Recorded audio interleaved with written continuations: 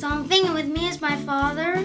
I'm Darren Fink, and we're doing another adoption and foster care book review. Today we're doing a kid's book, and we're reviewing which book? Saving Sweetie. Saving Sweetness by Diane Stanley and G. Brian Caras. Or Caras. We're going to read the back of the book so that you guys kind of get an idea of what's inside. Sweetness is the ittiest bittiest orphan in Mrs. Sump's orphanage. But Sweetness is sick and tired of having to scrub the floor with a toothbrush, so she decides to run away. Quick as a wink, Mrs. Sump calls the sheriff and sends him out to find her. But every time the sheriff catches up with Sweetness, that little bitty orphan manages to get away. Could it be that little Sweetness doesn't want to be saved after all? Yeah, maybe. Okay, well, that was the inside of the book.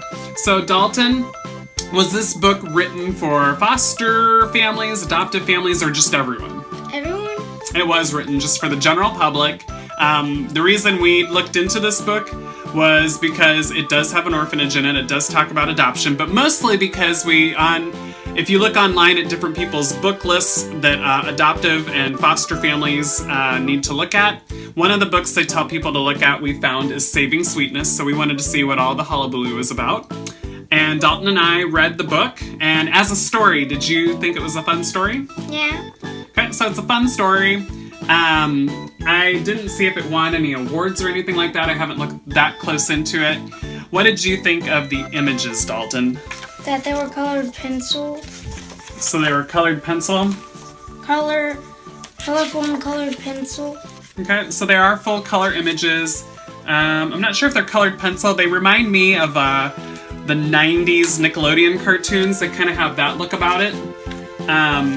So they engage you. They keep kiddos engaged, looking at the story, looking through the story, wanting to talk about the story. So the images do a good job. I feel like that those are good. The story is a fun story, I feel like, for as far as stories go. It's humorous. We, however, found that there were a lot of issues that foster and adoptive families were going to have with this as far as triggers. I felt like, first of all, the sheriff that goes after to save Sweetness, who takes care of Sweetness and the sheriff out in the desert? Does Sweetness take care of them, or does the sheriff take care of them? Sweetness? So every time they get into trouble, Sweetness is the one to be clever enough to think up an idea. She's the one that makes things happen. So it's, unfortunately, a lot of our kids in foster care and adoption, they've had to take care of themselves. They've had to be the adult.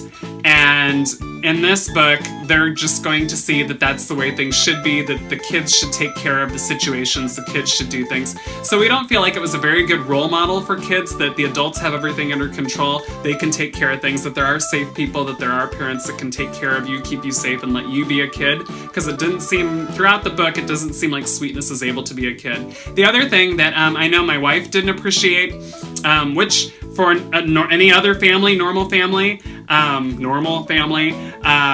it would be fine, it would be humorous, is it did, the orphanage caretaker, Mrs. Sump, was described as being ugly. She was horrible. She was the villain. So again, it shows a caretaker, a caregiver, as being evil, kind of like you see in a lot of cliche movies like Annie or different things like that, where the caregiver, the caretaker, is an awful evil person, and the orphans or the foster kids have to figure out how to get away from them and how to make things better.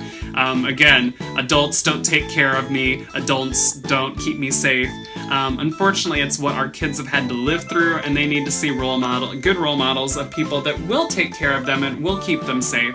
So we unfortunately had to give this book a 1 out of 5 hoots. And again, it's not because it's not a good story. It's actually a fun story. It's very humorous. Well, I actually gave it 4 out of 5. Dalton actually liked it, but we would have to say overall with Transfiguring Adoption that we'd say that you stay clear of this. It's not the best role model for foster and adoptive kiddos. And also, it might also, I don't know if it's very has a lot of triggers where it'll bring up past things with the kids of them not being taken care of. but it just doesn't have that role model of showing that adults will keep me safe, keep me happy, keep me well fed, and everything else. So yeah, if under the normal circumstances, this would be a humorous book. It would be a lot of fun that adoptive foster families keep this one at the bookstore, keep it on the shelf at the library.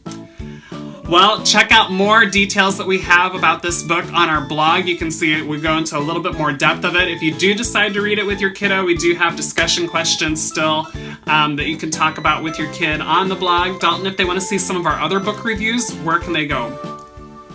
They can look on, our blog is on transfiguringadoption.com. Transfiguringadoption.com. We have other kids' books reviews and book reviews for grown-ups and all sorts of tools and resources. We hope to see you at the website, and we hope that we're helping you to nurture and grow your foster and adoptive family.